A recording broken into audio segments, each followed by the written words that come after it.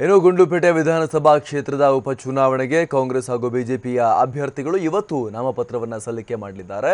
ಕಾಂಗ್ರೆಸ್ನಿಂದ ಮಾಜಿ ಸಚಿವ ಎಚ್.ಎಸ್. ಮಹದೇವ ಪ್ರಸಾದ್ ಅವರ ಪತ್ನಿ ಗೀತಾ ನಾಮಪತ್ರವನ್ನು ಸಲ್ಲಿಕೆ ಮಾಡ್ತಾರೆ.